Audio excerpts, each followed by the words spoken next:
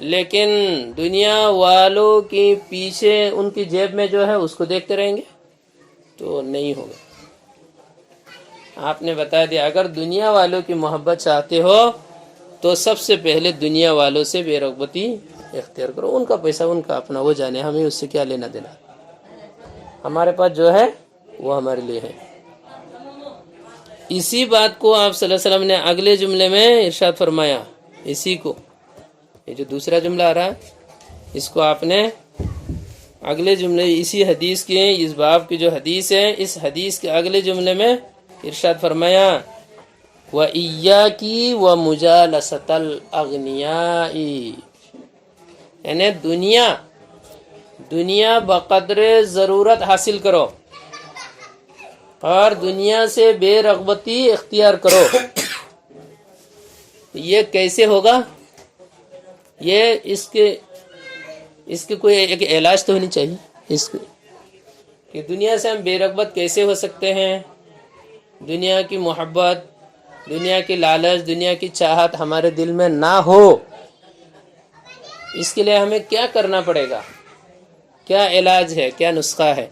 دونوں حدیث میں آپ صلی اللہ علیہ وسلم نے وہ بات کہہ دی ہے. اس حدیث میں کہا تھا کہ دنیا کی محبت دل میں نہ رکھو تو اللہ محبت کریں گے. اب دنیا کی محبت دل میں نہ ہونے کے لیے کیا کرنا ہے؟ دنیا کی محبت دل میں نہ ہونے کے لیے کیا کرنا ہے؟ یا بتایا کہ دیکھو ایاکی و مجالست الاغنیاء یا اذهب فیما عند الناس، لوگوں کے پاس جو کچھ ہے اس سے بے نیازی اختیار کر لو، بس دنیا سے بے رغبتی اختیار کر سکتے ہو، دنیا سے بے رغبت ہو کر رہ سکتے ہو. اب یہ کہہ رہے مالداروں کے ساتھ ہم نشینی، اٹھنا بیٹھنا، مالداروں کے ساتھ اٹھنا بیٹھنا، ان کے ساتھ ہم نشینی، ان کے ساتھ مجالست سے بچو، اپنے آپ کو بچاؤ. یہ گویا کہ اس کا طریقہ بتائے کہ بقدر ضرورت دنیا حاصل کرو، اس سے زیادہ نہ کرو. یہ کب ہو سکے گا؟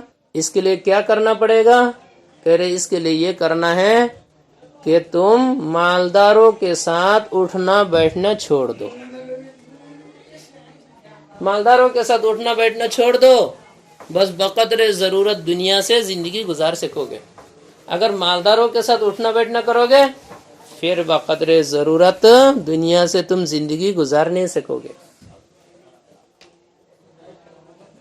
اس لیے کہ اس میں ہوگا کیا مالدار کے ساتھ اٹھنے بیٹھنے سے؟ ظاہر سی بات ہے آپ جس کے ساتھ اٹھ رہے بیٹھ رہے ہیں، جس کے ساتھ ہے، اس کی ہر چیز کو آپ دیکھتے رہیں گے. اس کو امام ترمذی علیہ الرحمہ نے ایک حدیث دوسری پیش کی ہے. یہ حدیث ایسی ہے جیسے وہ ہے کہ مالدار کے ساتھ جب اٹھنا بیٹھنا ہوگا تو کیا ہوگا؟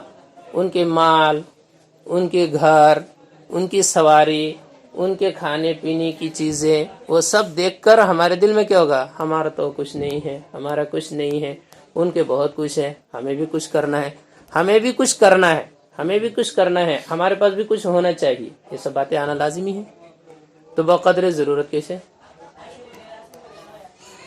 دنیا تو بقدر ضرورت کے بجائے بہت زیادہ کی بات ہو رہی نا. اس لیے فرمایا کہ مالداروں سے بچنا پڑے گا. اگر بقدر ضرورت دنیا حاصل کر کے زندگی گزارنا چاہتی ہو تو آپ کو یہ کرنا ہے کیا؟ مالداروں سے دور رہنا ہے. مالداروں سے دور رہو تو بقدر ضرورت دنیا حاصل کر کے زندگی گزار سکتے ہو، کوئی پریشانی نہیں ہوگی. لیکن مالداروں کے ساتھ اگر اٹھنا بیٹھنا ہوگا بقدر ضرورت دنیا سے زندگی گزار نہیں پاؤ گے، بلکہ مزید تلاش کرنے کی بات ہوگی. یہاں یہ بتایا آپ صلی اللہ علیہ وسلم نے ایک اسی طرح کے وہ حدیث بھی بتایا نا، اذهب فیما عند الناس، لوگوں کے پاس جو ہے اس سے بے نیاز ہو جاؤ.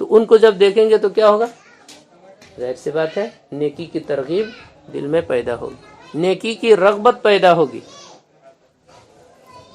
تو آخرت کے معاملے میں اور دینی معاملے میں، آخرت اور دینی معاملے میں اپنے سے افضل اور اوپر والوں کو دیکھنا چاہیے۔ یہ اصول ہے۔ اس سے دیکھو دنیاوی معاملے میں نیچے والوں کو دیکھنے سے نعمت کا شکر ادا ہوگا، نعمت کا شکر ادا ہوگا، اور اسی طرح سے اللہ نے جو مقدر میں جو لکھ کر رکھا ہے اس کا بھی، اس پر رضا بالقضا بھی ہوگا، ادھر شکریہ بھی ادا ہوگا۔ اس طرح یہ فائدہ ہوگا۔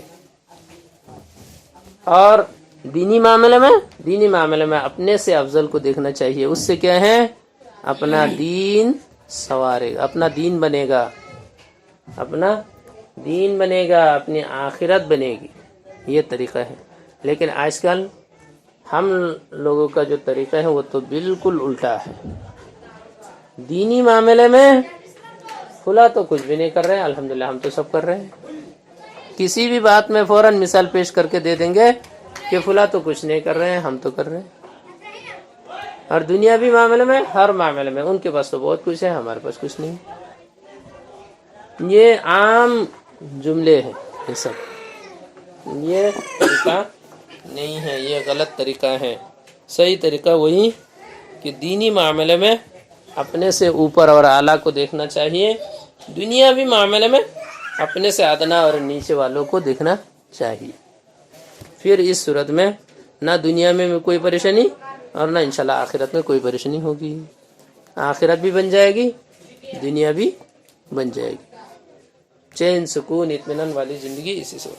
یہاں ایک قصہ بیان کیا امام ترمذی علیہ رحمہ نے، بیان کیا عون ابن عبداللہ ابن عتبہ رحمۃ اللہ علیہ نے اپنا ایک قصہ بیان کیا۔ دیکھو اپنے سے اوپر والے کو دیکھنے سے کیا ہوتا ہے اور نیچے والے کو دیکھنے سے کیا ہوتا ہے دنیاوی معاملے میں۔ وہ کہہ رہے ہیں، بڑے بزرگ آدمی تھے، وہ کہہ رہے کہ میں نے صحبت الاغنیاء، میں نے مالداروں کے ساتھ ہم نشینی اختیار کی، ان کے ساتھ اٹھنا بیٹھنا رہنا سہنا۔ ایک زمانہ میں نے ان کے ساتھ اٹھنا بیٹھنا یہ کیا تھا، معاملہ کر رکھا تھا۔ تو کیا ہوتا؟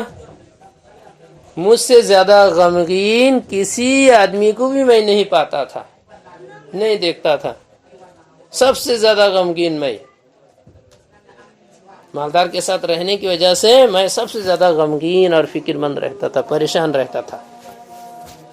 وجہ کیا ہے؟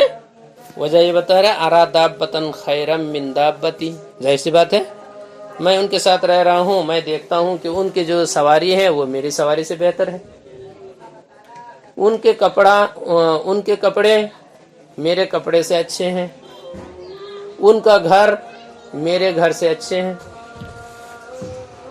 ان کا گھر میرے گھر سے اچھا ہے، ہر چیز میں یہ میں دیکھ رہا ہوں۔ ثوبی ودابت وثوبا خیرا من ثوبی، ان کا کپڑا میرے کپڑے سے اچھے۔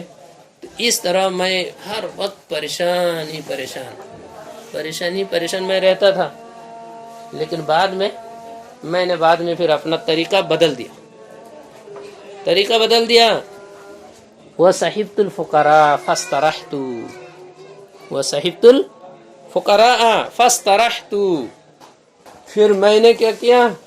ان مالداروں کی صحبت چھوڑ کے غریبوں کے ساتھ رہنا شروع کر دیا، تو پھر مجھے کیا ہے؟ راحت مل۔ اب میں دیکھتا ہوں میرا کپڑا ان کے کپڑے سے اچھا، میری سواری ان کی سواری سے اچھی، میرا گھر ان کے گھر سے اچھا، میرا کھانا ان کے کھانے سے اچھے۔ تو اس طرح سے اب میرے دل میں کوئی ٹینشن پریشانی نہیں ہے، بس اطمینان، مجھے چین سکون مل گیا۔ تو یہ طریقہ ہے۔ آج مولوی صاحب ہم لوگ سب پریشان ہیں، پریشان کی وجہ یہی ہے، سب یہی دیکھتے ہیں اپنے سے اوپر، سب اپنے سے اوپر دیکھ رہے ہیں۔ اس لیے یہ طریقہ نہیں ہے۔ مالداروں کے ساتھ مجالست، ان کے ساتھ اٹھنا بیٹھنا، یا اپنے سے جو اوپر ہے دنیاوی معاملے میں ان کے ساتھ اٹھنا بیٹھنا، ان کے ساتھ تعلقات وغیرہ قائم کرنا، یہ کوئی اچھی چیز نہیں ہے۔ یہ اچھی چیز نہیں ہے، اس میں اپنے ہی کو پریشان کرنا ہے، اپنے کو پریشان کرنا ہے، اپنی عزت راحت دنیا والے کبھی بھی ایسے آدمی سے محبت نہیں کر سکتے، دنیا والے ایسے آدمی سے کیا ہے، محبت نہیں کر سکتے ہیں۔ مالداروں سے بے نیاز رہے گا تو مالدار خود اس کے پاس آئے، بے نیاز ہوگا تو مالدار آئے گا۔ آج ہم ملیزا مدرسے کے چندے کے لے جا کر ایک مالدار کے گھر میں کھٹکھٹاتے ہیں تو وہ کیا کرتا ہے، اندر سے ویڈیو کیمرہ میں دیکھتا ہے، اپنے اس کو سی سی کیمرہ میں دیکھتا ہے کہ وہ مولوی آیا ہوا ہے، بڑے مولانا ہیں، پورے منی پور کے مولانا ہیں، مفتی اعظم ہیں، شیخ الحدیث شیخ صاحب آیا ہوا ہے، مولوی صاحب نہیں نکلے گا، نہیں نکلے گا۔ کیوں؟ یہ لوگ جیب کاٹنے کے لیے آئے ہیں، ہمارے جیب کاٹنے کے لیے آئے، مجبور کر کے ان کو نکالنا پڑتا ہے، نکلے گا ورنہ نہیں نکلے گا۔ اس کے باوجود اس کے برخلاف اگر ہم ان کی دستک میں در پہ نہ جاتے نا، یا مدرسے میں آ کر ہم سے یہ کہتے ہیں اور کتنے ہدایات و تحائف دے کر بولتے ہیں کہ شیخ صاحب ہمارے لیے دعا کر دینا، ہمارے لیے دعا کر دینا، وہاں جا کر ہم ان کے دستک میں کھڑے ہو کر ان کو ہم منانے کی کوشش کرتے ہیں، یہاں آ کر ہم ان کے سامنے پیر پھیلا کر ان کو ڈانٹ ڈپٹ کے بھگا سکتے تھے، وہ ڈانٹ ڈپٹ کھا کر بھی ہمارے ساتھ بہت عزت کے ساتھ رہتے، اور یہ ایسے نہیں ہے۔ یہ قصہ ہے، ایک بڑے محدث کا ایک قصہ نقل کیا ہے۔ شام میں ایک بزرگ، ملک شام میں ایک بزرگ رہتے تھے، اور وہ مسجد میں برابر رہتے تھے، نماز پڑھتے، مسجد میں پڑھاتے اڑھاتے تھے، کسی سے اٹھنا بیٹھنا، بادشاہ وقت سے بھی ان کا کوئی تعلق نہیں ہے، لیکن بڑے آدمی۔ اس طرح سے وہ مسجد میں رہتے ہیں، لوگوں کی بڑی شہرت ہوئی ہے، سارے لوگ ان سے پڑھنے اڑھنے آتے ہیں، ملنے کے لیے آتے ہیں، دعائیں لینے آ رہے۔ تو ایسے میں اس وقت کے جو بادشاہ تھے، بادشاہ کو خبر ملی تو بادشاہ سارے شان شوکت کے ساتھ بہت سارے خدام وغیرہ کو ساتھ میں لے کر آئے اسی بزرگ سے ملنے کے لیے، اسی بزرگ اور پیر سے ملنے کے لیے، فقیر سے ملنے کے لیے مسجد میں آئے۔ اب وہاں وہ محدث عالم صاحب پڑھا رہے تھے وہ، اور اتنے میں اس وقت وہ اپنے پیر پھیلائے ہوئے تھے، دیکھو وقت کے بادشاہ آ رہے ہیں اور وہ پیر پھیلا کر پڑھا رہے۔ تو اتنے میں بادشاہ وہاں آئے، وہ اسی حالت پر بیٹھے، ان کے اوپر کوئی اثر نہیں، اس کا کوئی اثر نہیں۔ بادشاہ لوگوں نے کہا حضرت یہ بادشاہ رہے وقت کے، وہ ہے، کوئی اثر نہیں پڑا۔ بادشاہ نے آ کر ان سے نصیحت کرنے کے لیے بولا، وہ اسی حالت پہ بادشاہ کو کچھ نصیحت کر دی ہے، دنیا کے بارے میں، دنیا ایسے ویسے کچھ نصیحت انہوں نے کر دی ہے، اور آخرت کی بھلائی کامیابی کے لیے کچھ باتیں انہوں نے کر دی۔ اس طرح سے وہ بادشاہ چلے گئے۔ یہ اس بیچارے پر کچھ وہ نہیں ہے، بادشاہ یہاں ان کے یہاں آ کر اس طرح سے ایک ادنا درجے کے خادم اور غلام کی طرح وقت کے بادشاہ ان کے سامنے اپنے آپ کو پیش کر رہے۔ تو اس طرح وہ چلے گئے۔ بادشاہ جا کر انہوں نے کیا اپنے ایک خادم کے ذریعے سے اشرفیہ کی بہت سارے اشرفیوں سے ایک تھیلیہ بھر کے اس بزرگ کے پاس ہدیہ میں بھیجا، تحفہ میں بھیجا۔ تو بھیجنے پر آیا مقاصد وہ لے کر آئے، خادم آنے کے بعد ان کے سامنے پیش کیا، انہوں نے کہا نہیں یہ تو ہم نہیں لے سکتے۔ اس بزرگ نے کہا ہم یہ نہیں لے سکتے، اب اس کو واپس لے جاؤ، بادشاہ کے حوالہ کرو، بادشاہ کے حوالہ کر دو۔ تو اس خادم نے بولا ہم ایسے نہیں لے جا سکتے، ہم لے جائیں گے تو ہمارے اوپر وہ لگے گا، مار پڑے گا، اس لیے آپ کچھ لکھ دیجئے۔ اب اگر نہیں لیتے ہیں، نہیں لینا ہے، جو بھی مجبوری ہے اب لکھ دیجئے تاکہ ہم اس کا حوالہ کر دیں۔ تو اس بار میں نے لکھا کہ ٹھیک ہے ان کو جا کر یہ کہہ دو۔ وہاں انہوں نے جو ایک جملہ لکھا، میں نے کہا وہ جملہ پوری دنیا یاد رکھنے والا جملہ ہے۔ انہوں نے لکھا الذی مد رجلہ، الذی مد رجلہ لا یمد یدہ۔ انہوں نے لکھا کہ وہ آدمی جو بادشاہ کے سامنے پیر پھیلا کے رکھتا ہے، وہ بادشاہ کے سامنے اپنے ہاتھ نہیں پھیلا سکتے ہیں۔ بادشاہ کے تھیلا لے گا تو ہاتھ پھیلانا ہو رہا، بادشاہ کے اشرفی ہو کچھ بھی ہو لے رہے تو ہاتھ پھیلانا ہو رہا۔ اس لیے انہوں نے یہ کہہ دیا الذی یمد رجلہ لا یمد یدہ، ہاتھ پھیلانے، پیر پھیلانے والا ہاتھ نہیں پھیلا سکتا ہے۔ اس سے کیا دیکھو ہمت، بہادری۔ اب ایسے آدمی کی محبت لوگوں کے دل میں نہیں ہوگی تو کس کی ہوگی؟ حضرت مولانا قاسم نانوتوی رحمۃ اللہ علیہ کا ایک قصہ مشہور ہے، وہ نقل کرتے ہیں۔ وہ مسجد چھتہ میں بال کٹوا رہے تھے، ایک آدمی آئے، وہی اشرفیہ کے تھیلا لے کر آئے، ان کے سامنے حاضر کیا کہ حضرت یہ تحفہ ہے، آپ کے لیے ہدیہ ہے۔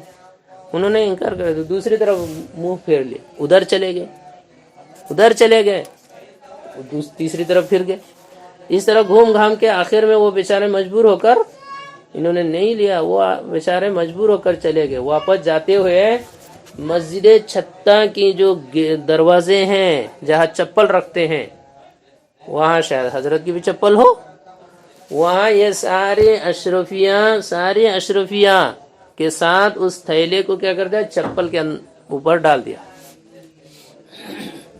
وہی ڈال کر چھوڑ کے چلے گئے۔ تو آپ بتاؤ، تو حضرت جب فارغ ہوئے یہ حال دیکھا تو انہوں نے کہا دیکھو دنیا کو ہم نے لات ماری ہے تو دنیا کیا ہے، ہمارے قدموں میں آ کر گر گئی ہے۔ دنیا کو ہم نے لات ماری تھی اس لیے دنیا ہمارے قدموں میں آ کر گری ہے، اور اس کے برخلاف جو دنیا کے پیچھے چلتے ہیں، دنیا کو مثال دیتے ہیں نا، دنیا ایک مکھی کی طرح ہے کہ اس مکھی کے پیچھے اگر چلیں گے تو مکھی دوڑتی رہے گی، آپ کو دوڑائے گی، پیچھے پیچھے دوڑتے رہنا ہے۔ اس کے برخلاف اگر اس کو لات مار دے تو وہ قدموں میں آ کر گرتی ہے۔ یہ دنیا میں زندگی گزارنے کے یہ ضابطہ اصول ہے، ایسا ہونے سے آدمی پریشان نہیں ہوتا ہے۔ آج چونکہ ہم لوگوں نے اپنا طریقہ بدل دیا اس لیے ہم پریشان ہیں۔ حضرت مفتی سعید احمد رحمۃ اللہ علیہ، مفتی سعید احمد پالنپوری رحمۃ اللہ علیہ، جو دارالعلوم کے شیخ الحدیث ہیں، ہمارے استاد ہیں، ترمذی شریف ہم نے انہی سے پڑھی ہے، وہ کہتے تھے، اور ہم لوگوں کو بھی اسی جگہ میں یہی حدیث پڑھاتے ہوئے انہوں نے بولا کہ دیکھو پیر اتنا پھیلاؤ، پیر اتنا پھیلاؤ جتنی چادر ہے، چادر جتنی لمبی ہے پیر اتنا ہی پھیلاؤ، پریشانی سے بچاؤ۔ اب دیکھو چادر، اگر کسی آدمی کی چادر چھوٹی ہے، اب سردی کے وقت میں وہ کیا کر رہے ہیں، پیر پھیلا رہے ہیں، تو ظاہر سی بات ہے پیر کیا ہے، چادر کے باہر ہونے سے سردی لگے گی، پریشانی ہو رہی ہے۔ انہوں نے ایک مثال دیا، مطلب یہ کہ مثال دے کر سمجھایا کہ آپ کے پاس دنیا جتنی ہے اتنی ہی استعمال کرو، اس سے زیادہ اگر ٹھاٹ پاٹ کرو گے تو پریشانی ہوگی۔ کمائی آپ کی ماہانہ 10,000 ہے تو ماہانہ 10,000 خرچ کرو۔ اگر آپ وہ مالدار، وہ اتنا کر رہے، اتنا کر رہے، یہ کر رہے، وہ کر رہے، یہ اگر آپ بھی کر دیں گے تو ظاہر سی بات ہے پریشانی ہوگی۔ 10,000 کے بجائے 12,000 کی ضرورت پیش آئے گی تو پریشانی ہے، کہاں سے لائیں گے؟ یہ سب باتیں جو ہے دنیا میں ہمارے رہنے کے لیے، ہم دنیا میں رہ کے کیسے آرام سے چین سکون اطمینان سے رہ سکتے ہیں، اس کی مثال ہے۔ آج دیکھو ہمارے جو مدارس کی جو الٹی سیدھے محتمیم حضرات ہیں، ان سے زیادہ پریشان دنیا میں کوئی نہیں ہے، ان سے زیادہ پریشان دنیا میں کوئی نہیں ہے۔ کیوں؟ وجہ یہی ہے، کچھ نہیں ہے اور مدرسے کی عمارت کو بڑی بنانے کی فکر ہو رہی ہے، جتنی چادر ہے اسے کہیں زیادہ پیر پھیلا رہے، اس لیے پریشان، کہیں اس در میں ٹھکر کھا رہے ہیں، کہیں اس میں کھا رہے ہیں، اس میں کھا رہے ہیں۔ یہ صحیح نہیں ہے، یہ طریقہ قطعاً صحیح نہیں ہے۔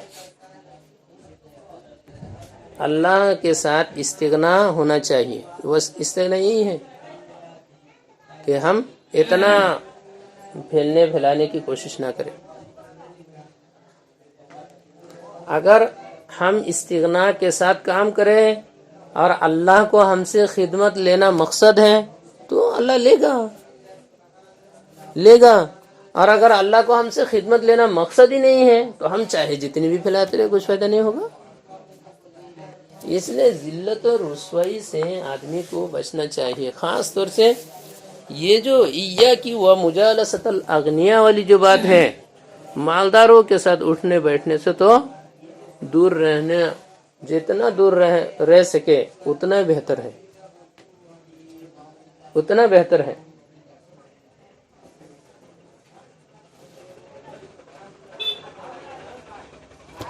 یہ دوسری نصیحت تھی کہ یہ نصیحت کے گویا اوپر ہی والی بات ہے، اوپر کی جو بات ہے اسی کی وہ ہے نا، طریقہ بتا رہے کہ دنیا بقدر ضرورت حاصل کرو، بس ہم سے آپ مل سکو گی۔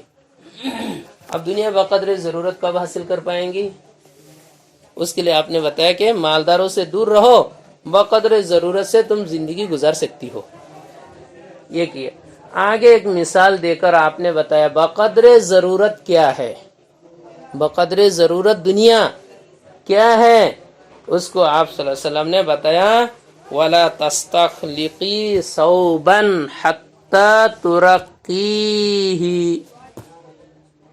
فرمایا بقدر ضرورت جیسے کپڑا ہے آپ کے پاس، تو کپڑا کو اس وقت تک پرانا نہ سمجھو جب تک کپڑے میں پیوند نہ لگا لو۔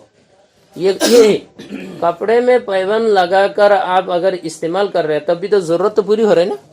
یہ مثال ہے، دنیا بقدر ضرورت حاصل کرو، مثال جیسے کپڑا پیوند لگا کر بھی اگر آپ اس کو استعمال کر پا رہے ہیں تو اس کو پرانا سوچ کے پھینکو مت، اسی کو استعمال کرو، یہ بقدر ضرورت ہو رہی۔